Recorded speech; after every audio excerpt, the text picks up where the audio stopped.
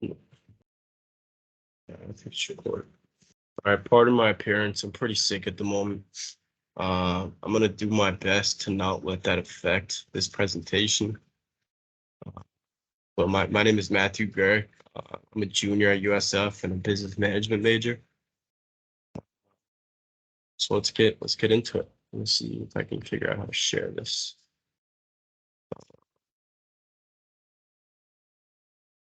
Tableau. Share. I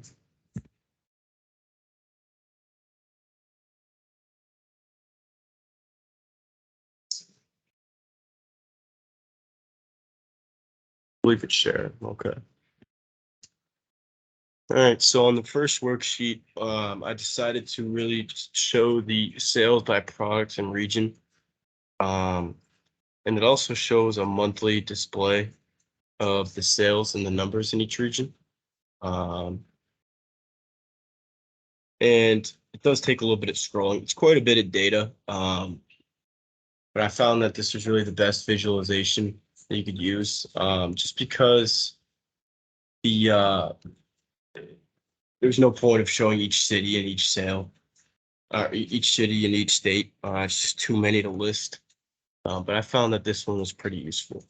And then on the second worksheet, I decided to break it down a little bit and narrow it down to the sales in the Eastern region.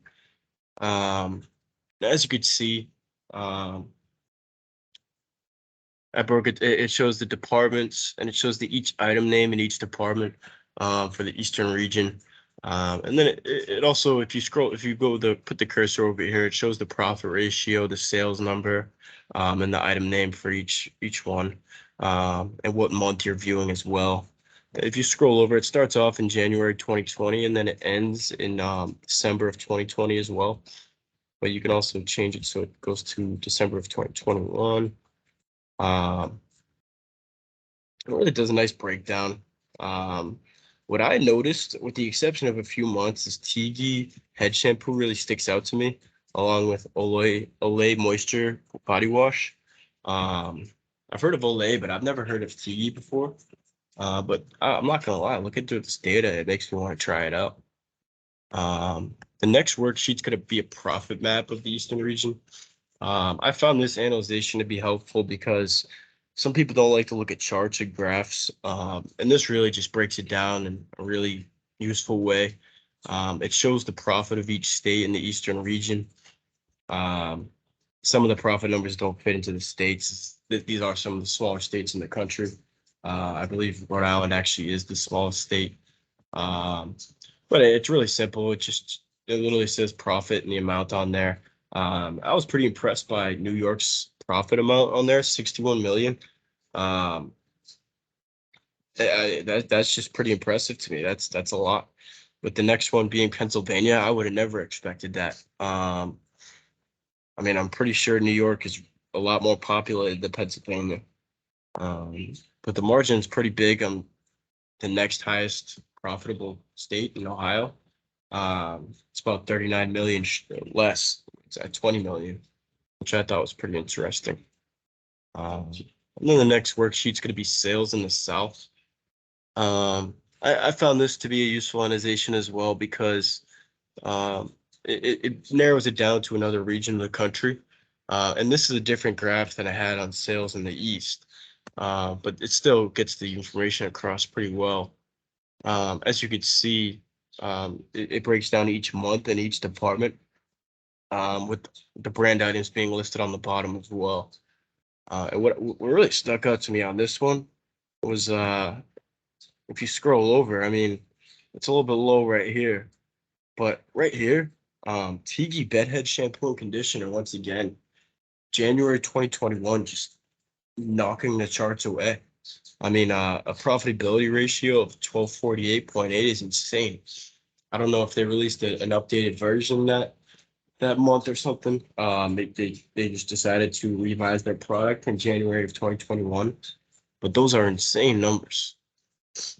And then the next worksheet's going to be a profit map of the South. It shows the profitability of each state in the Southern region. Florida was pretty impressive with 30 million.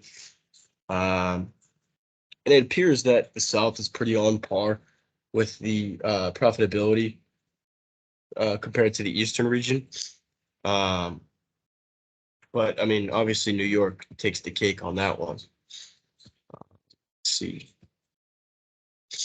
Uh, and then the next one is going to be my dashboard. So on this, I decided to include the profitability map of the Eastern regions. Here, I'm going to click out of this. So it shows a breakdown of all the Eastern states and the profitability once again. And then below is a map, the corresponding data in all the Eastern regions. But what's interesting about this dashboard is that if you click on a specific state, let's say in this one, we'll do West Virginia. The chart, it not only it blurs out all the other states and it focuses on West Virginia, but if you scroll down, the data has also changed. Pardon me. The data has also changed to show only West Virginia's data. And I mean, it's pretty impressive. Once again, Tiki bedhead shampoo is on there once again. Let's go to New York. And also on this, you could view all the years. You could view 2020, or you can view 2021, and the graph below changes. On here, you can see the different profitability and sales ratios for the state of New York, which is pretty cool. It really just helps give a narrow analyzation of data. And you can really narrow it down to your liking, which I think is a pretty useful thing. And then on my story, I decided to here, let's go to the beginning. The first pane is going to be a map of the sales and profit by the year in the Eastern region. And it appears that, let's go to 2020, so it's on that. Yeah, New York had quite a profitable year in 2020.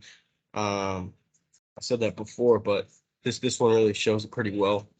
And then down here is the map, the graph as well to go along with the corresponding data. And this is interactive as well, which is pretty cool.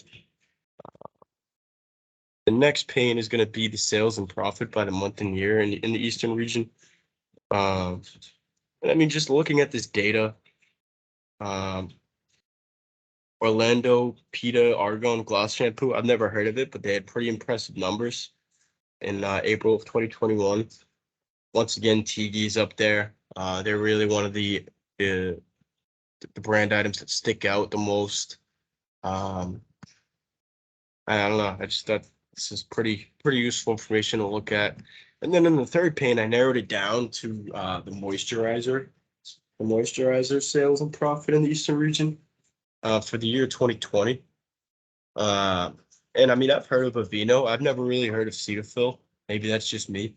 But it appears that Cetaphil blows Aveeno out of the water in terms of performance. I think there was like,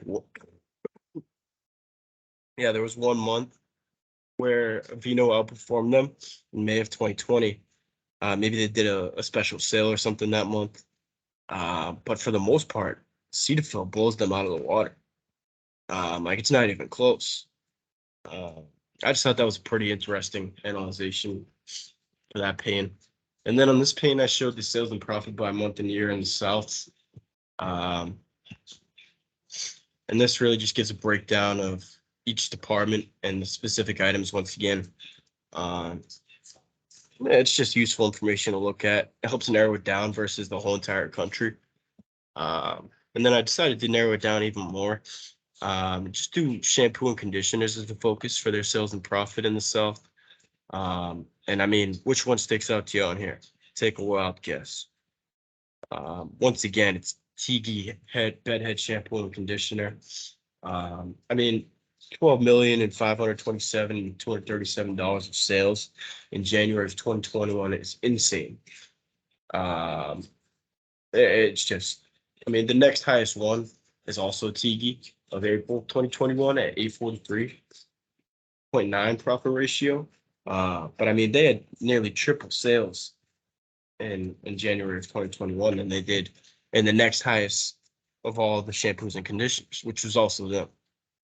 I just thought this was a pretty fascinating breakdown. That's why I included it in this. Let's see, stop sharing. Okay. Overall, I found Tableau to be a useful tool. I'm glad we covered it in this course. Um, it's really becoming a prominent tool in the business workplace in terms of data and analytics. It's like Excel on steroids, to be honest with you. Uh, but I am glad that we covered it just because it gives me a head start in terms of learning the software that I'm more than likely going to be using in my career, whichever avenue I decide to go down. And I did struggle a bit at first with the navigation of the software, but I would like to think I've come around a little bit uh, and gotten more handy with the software and the tools that it offers. Um, but I am glad that we covered it. I enjoyed taking it in this course. Yeah.